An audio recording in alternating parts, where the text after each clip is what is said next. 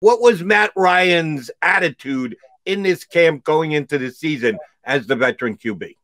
He was pretty much distraught, Jody. He couldn't wrap his arms around the fact that Julio was going to be leaving. He was like, Julio's been the most significant person in my career here. I mean, he was down in the dump. But since it's all happened now, I'm thinking he's putting it back together and so forth. And he couldn't even, he was like, hey, what would an offense look like without Julio Jones? And he couldn't give us anything. He hadn't even thought about that could happen.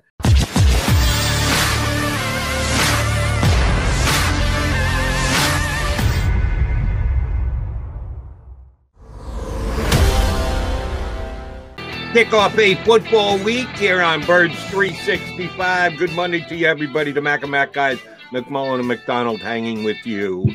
We are going to punch our first guest of the day up. Since the season seems so far off, we thought at least talking about it would make us feel like it's just around the corner. We need some Atlanta Falcon perspective. And for that, we bring in Orlando Ledbetter. He's been covering the Falcons for years down there for the Atlanta Journal-Constitution. Good enough to jump aboard with us this morning. How are you, D? Hey, I'm doing great, Jody and John. Thanks for having me this morning. D, love the energy. I was hoping for the bow tie, and people should listen to D's podcast as well. The Bow Tie Chronicles. I love that at the Atlanta Journal-Constitution.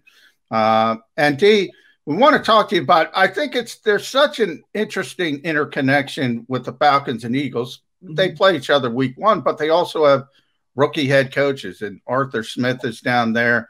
And the Falcons went about their offseason work in a different way. They had mini camp. They're still doing on-field work.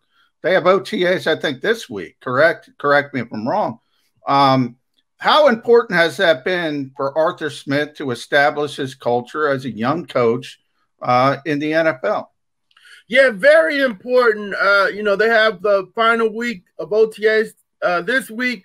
Calvin Ridley, we have an open session today. That's why I know bow tie. I got to go outside in the heat today. So yeah, it's been very important for him to install his schemes, his formations, and just get it to the point where when they come back for training camp, they're not thinking about it. They at least have the basics of it memorized. So, they're trying to do the little things, break the huddles, clap hands, get to the line, lined up right, and no offsides and just the little bitty things about football, and then they can build off of that. How much, D, does the fact that you've got a new coaching staff, top to bottom, new head coach and the entire staff with them, does that make the difficult chore they're going to have this season playing without Julio Jones, who has been an all-time great for the organization and a stalwart for the last several years? You're taking him out of the mix. Is it actually a plus for a new coach that if it had been the coaching staff that was there that went to the Super Bowl and they were trying to get along with Julio Jones, does it, because it's a clean sever from the past, make it easier to get into the future without Julio Jones? I don't think so, Jody. I'm of the school of thought that you want to keep your best players. It's about the players, and whoever's going in there for Julio is not going to be Julio. Even if Kyle Pitts does take over that role, it won't be this year. So I'm out of school of thought that as a new coach coming in, I want to keep all the good players. The players that can't play, y'all can go. The players that can play, stay. It's real simple. So I don't know what happened here, but I wouldn't say they're going to be better because Julio's gone. Well, let's get into that then, D, because from the outside looking in, I think if you make the decision at number 4 overall, okay, we still have a good quarterback in Matt Ryan. He's 36, but other players have proven you can play well deep into your 30s, even your 40s. So it's a different era. So if you make that decision, wouldn't it make the most sense to bring Julio back, bring the band back? So was it more of the player forcing himself out than anything else? Because, bring him back if you're bringing Matt Ryan back. Yeah, I think it was more of the player forcing his way out. Didn't believe in what the new regime was coming in with. So, yeah, I do believe that, although we don't have that on the record anywhere other than him going on the radio or on the one show saying, I'm out of there. We don't know what happened leading up to that. Both sides have been guarded in that regard. But, yeah, something really messy happened within the organization. It's been going on since Matt Ryan's contract, the 6-year 150, and then Julio goes back in the next year. He wants more money all of a sudden. So, it's been a fight within the organization for a while, and it came to a head this offseason with this request for the trade. I'm going to ask you to do a little revisionist history here, and we acknowledge that it's revisionist. The Falcons were this close to taking down a championship. They kind of folded up, and the biggest come from behind win in Super Bowl history by the Patriots, but they almost did take down a championship. And then they rewarded their star players, Matt Ryan and Julio Jones, with big contracts. And they didn't really sniff the Super Bowl again. It didn't get the job done. Looking back in 2020 hindsight, did that trip to the Super Bowl actually end up hurting this franchise? Or do you have to take it as, hey, we were that close. It was a great year. All right, it's kind of screwed us going forward, but hey, it was a great year. How do you look at what transpired after the Falcons just missed in the Super Bowl? Yeah, in 2020 retrospect, it was a fantastic year. And the follow-up year was pretty strong, too. They lose on the 1 yard line in Philly, and the Eagles go on to win that Super Bowl. So they had a good 2-year run, but it fell apart not because they paid the offensive guys. It fell apart because they drafted poorly and signed poorly in free agency. Those guys, they were missing in the second round, third round, first round. Tack McKinley, Duke Riley. Those were guys that were supposed to come in and play on rookie contracts and be pretty good. But the defense fell apart. The offense was still producing, but not at the high rate under Kyle Shanahan. And it kind of went off the rails here for Dan Quinn because of some poor drafting and some poor signings of free agents, including Dante Fowler last year for 3 years, $45 million. Yeah, G, you mentioned Kyle Shanahan. He's so well respected in this league from an offensive standpoint. So anytime you lose a coordinator like that, you're going to take a hit. I want to fast forward back to Arthur Smith a little bit. I think one of the most important moves he was able to make was talking Dean Pease out of retirement to have sort of that veteran sounding board. One of my criticisms of Nick Sirianni here is there's no veterans. There's no been there, done that on the coaching staff. How important has Dean Pease been for Arthur Smith in the early going? Oh, no question about it. Dean coming out of retirement was a big key for him. I think Arthur's following what Sean McVay did with the Rams when he brought Wade Phillips with him. A wealth of experience, a longtime coordinator. Wade, of course, had been a head coach interim and head. So, that was, natural for him.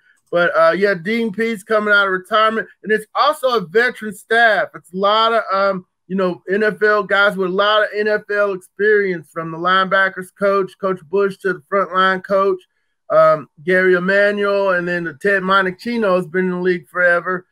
Coaching the outside linebackers and so forth. So these kids got to listen to these older coaches who have a wealth of NFL experience, and we'll see how they can blend a older veteran staff with a young football team and see if they can get them competitive here in 2021.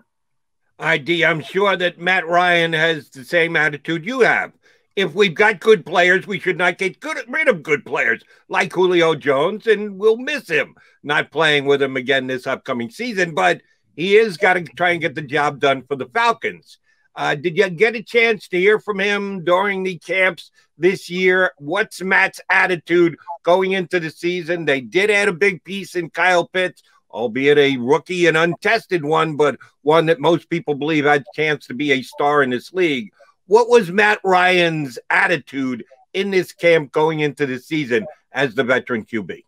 He was pretty much distraught, Jody. He couldn't wrap his arms around the fact that Julio was going to be leaving. it's like Julio's been the most significant person in my career here. I mean, he was down in the dump. But since it's all happened now, I'm thinking he's putting it back together and so forth. And he couldn't even, he was like, hey, what would an offense look like without Julio Jones? And he couldn't give us anything. He hadn't even thought about that could happen. And so, yeah, he's having a tough offseason here, letting go of his, top receiver that he's had for the last 10 years. He had a pretty good one when he first started with Roddy White, and he'll have another pretty good one moving forward in Calvin Ridley. But, yeah, he couldn't wrap his arms around it at the time we talked with him about, Julio leaving, even possibly leaving. And, and at that point, he just couldn't even do it. Well, Dave, let's talk about Calvin because he's got to be the number one guy now. He did have, I think, some minor foot surgery recently. Do you think he's ready to take that step up? There's a big difference from being the guy and being number two.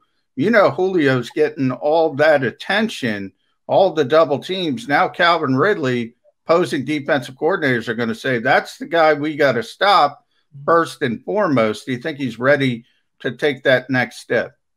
I think so. I've been watching him and kind of sidetracking Marvin Harrison's career with his because that's who he reminded me of coming out of Alabama. And so last year the numbers were when Julio was out, the 7 games he missed, Calvin averaged 109 yards receiving in those games when he had the attention on him. So that's a good start.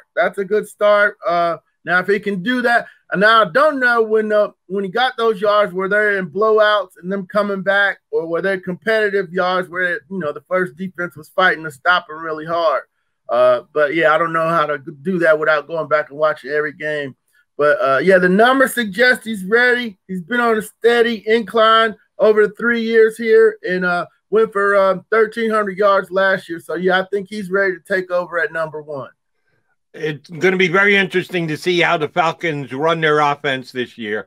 Hayden Hurst is a solid tight end. I would say even above average tight end. And you go out and take Kyle Pitts with the 4th overall pick.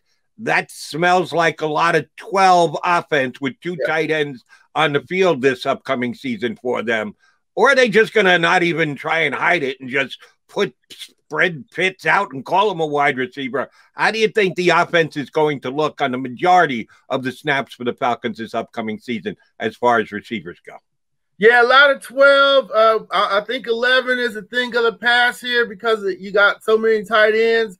A lot of Mike Davis and, maybe Quadri Allison out of the halfback spot. He's used to run the ball. I mean, he doesn't have Derrick Henry here.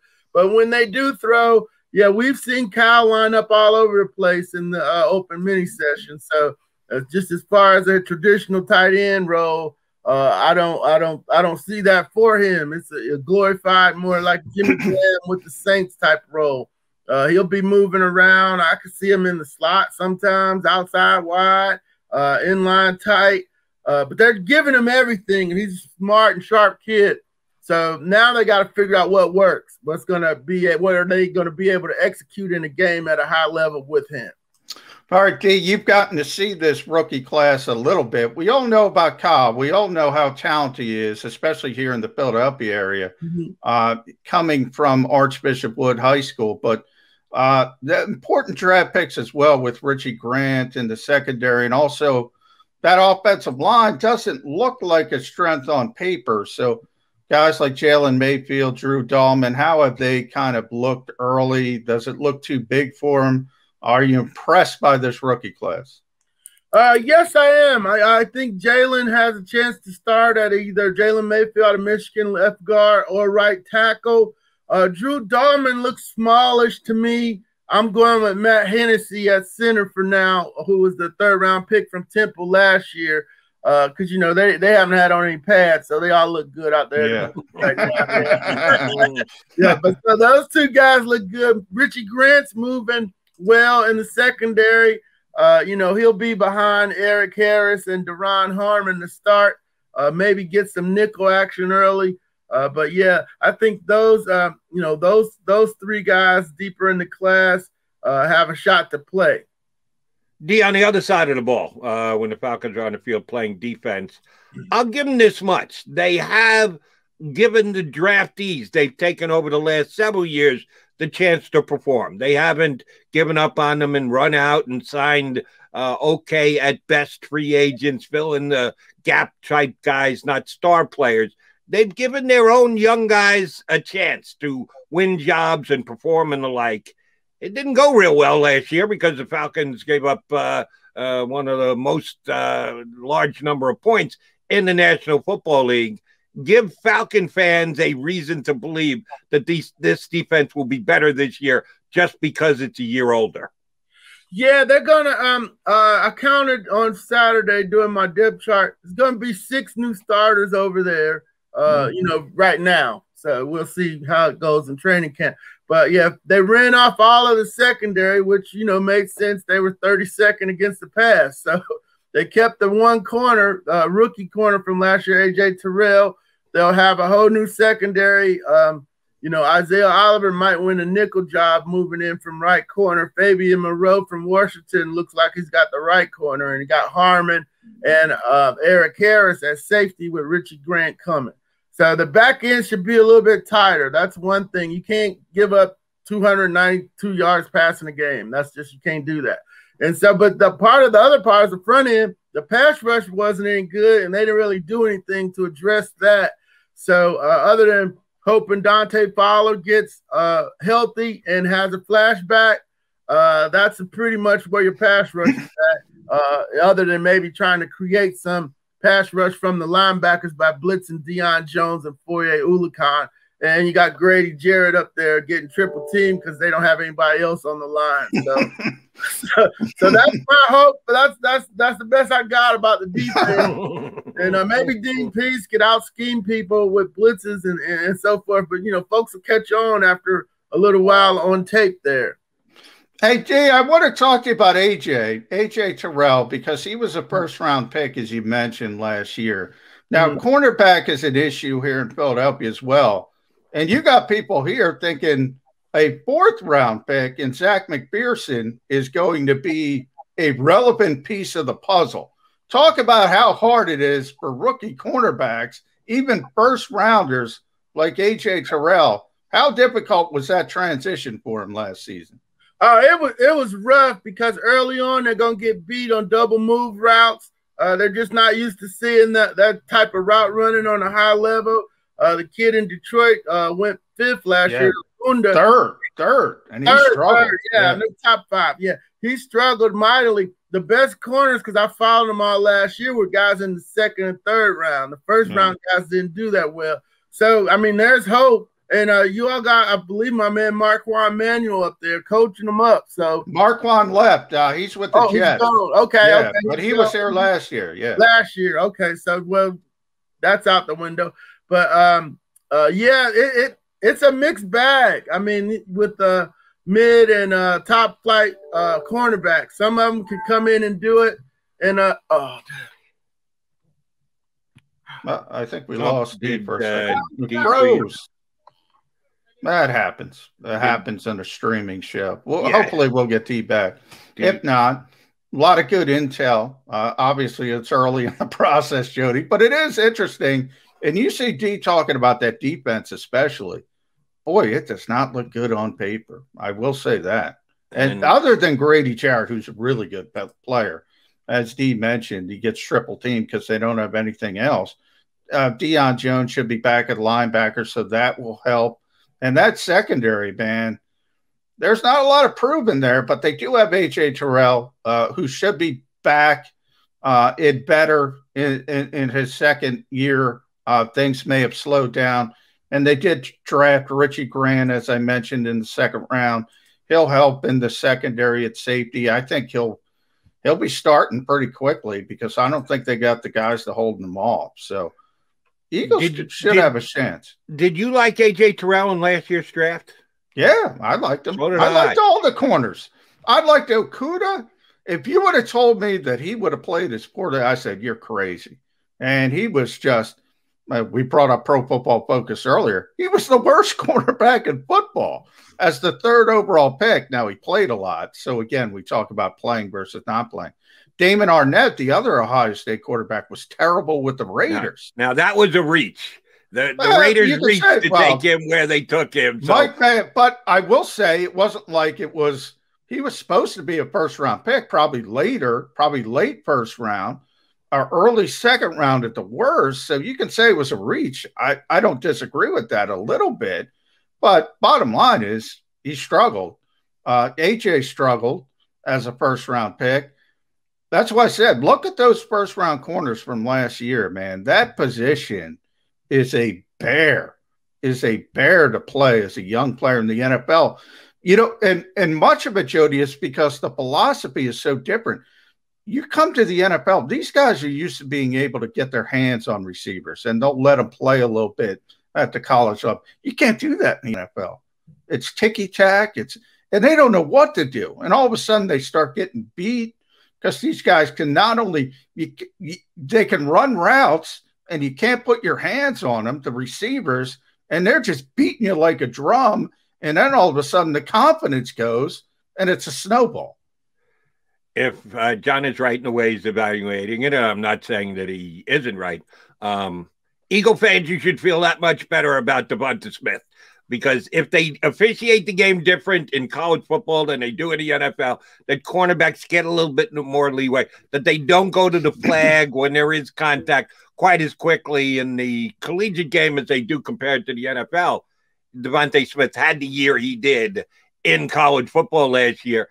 In the NFL, good luck to the cornerbacks. They're going to have to cover this kid as a rookie wide receiver. That's why I love Devonta Smith and think he's going to have a huge first year in the league. But you're right about the cornerbacks and the transitional period from going from the best defensive player on the field to a guy in his rookie year in the National Football League who's absolutely going to get picked on. I just think this is a trend that you can point to and go back and research and show that it plays itself out. The first thing offensive coordinators do when they get a game plan for a given week against you, who's the young guy on the other side? Yeah. Who's the D-back that's a little wet behind the ears in the NFL? We can scheme something around him and take advantage of him. They don't care that he was the number 3 pick like the kid in Detroit last year. It doesn't matter. Inexperience, we'll attack it. We'll exploit it. And that's what's happened in the National Football League these last couple of years. So, Jody, I just looked at it. So you have the corners in the first round last year. Jeff Okudah, number 3 overall, was just a disaster.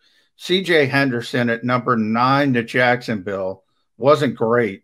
A.J. Terrell, we just talked about with D, was number 16 overall.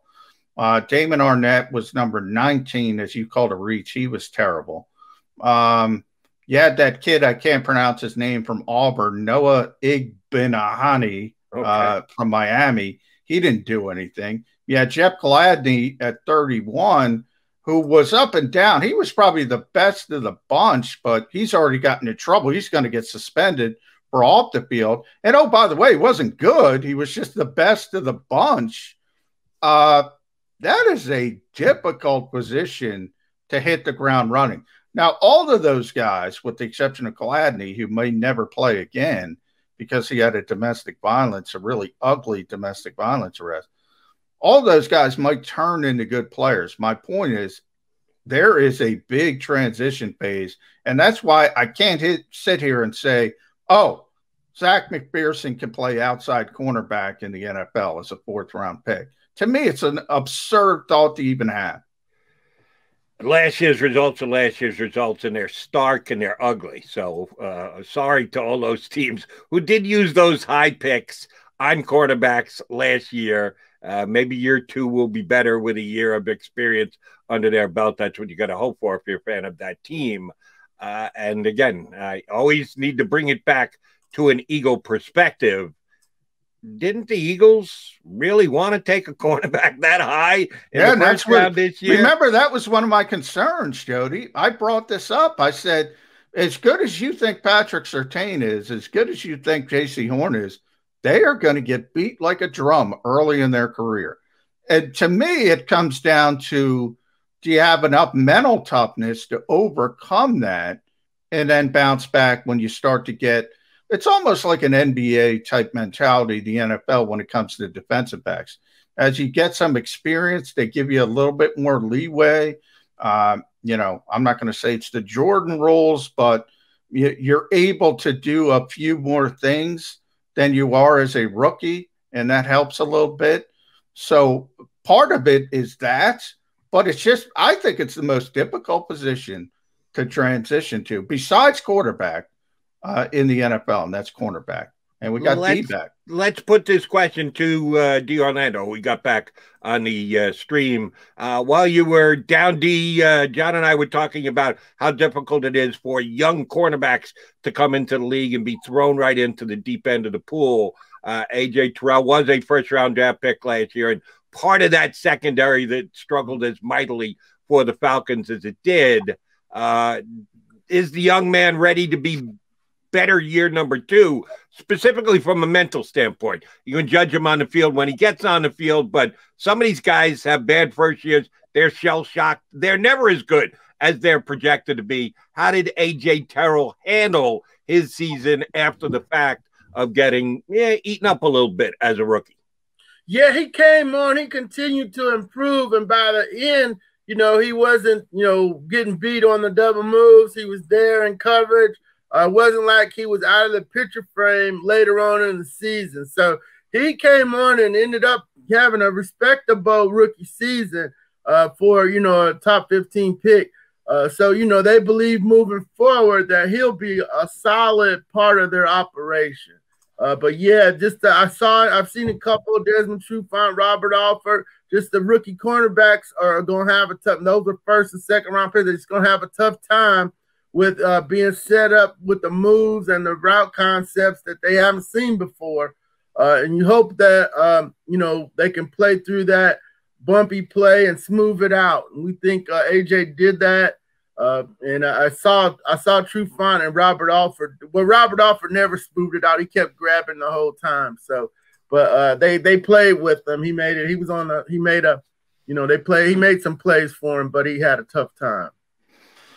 Okay, you've been around the Atlanta Falcons for a long time, and you've seen a lot of practices, a lot of off-season, a lot of training camps, a lot of games. When you look at this team, you said you were checking out, assembling your depth chart. You look at this team, you say, I don't know this position is good enough. What position would you go to? Right tackle and left guard. Well, you said one, but I got a the offensive line. Matt Ryan has been sacked 131 times the last 3 years. And I looked up the hurries and pressures numbers. I got to get those memorized too. That's just awful. It's like 20% of his dropbacks, almost 30. He's either getting sacked, hit, or hurried. And so offensive line as a group in one position is right tackle. All right, let me ask you about the division that the Falcons are in. Bad news is, yeah, the Tampa Bay Bucs are in your division, and they are the defending champions, and they had a lot of free agents this offseason, and they got most of them to sign back with the team and keep the band together and take another shot. So that's a hell of a hurdle to try and get over.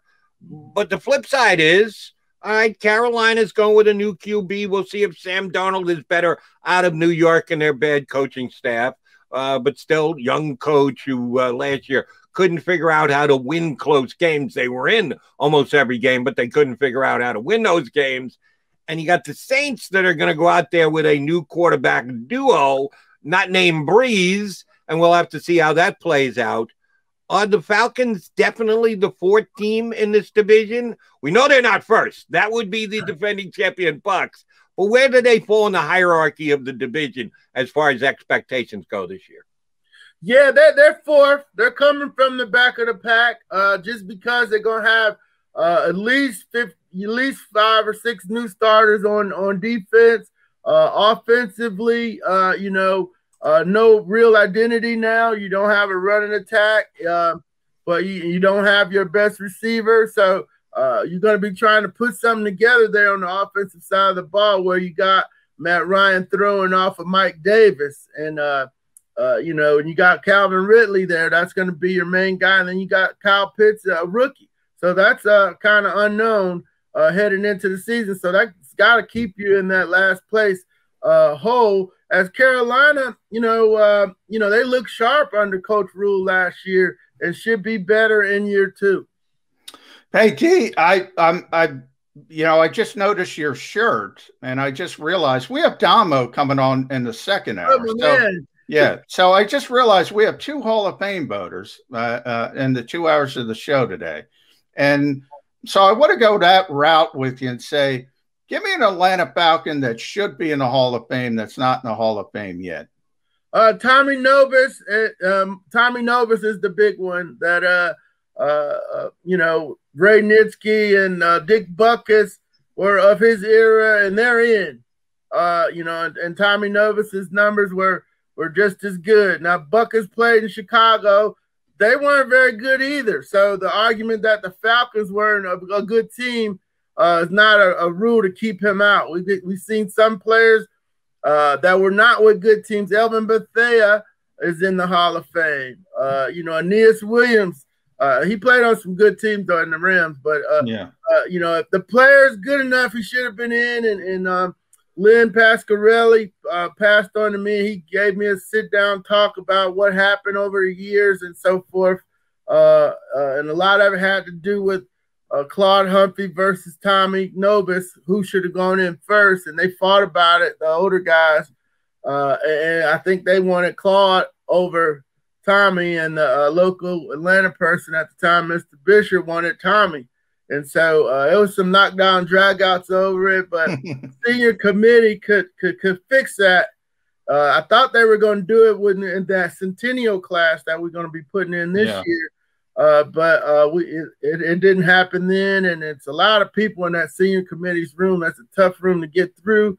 But yeah, Tommy Novus, Mr. Falcon, is not in the Hall of Fame, and that's one big major oversight from the committee. Thank you, John. You set me up nicely for my last question, because I read a story over the weekend about the Falcons and numbers.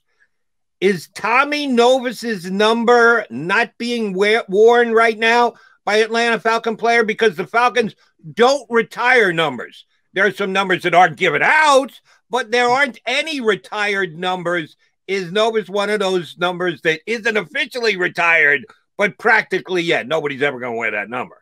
Nobody has worn it. That's one that they have unofficially retired. It's on a protected list, is what I call it.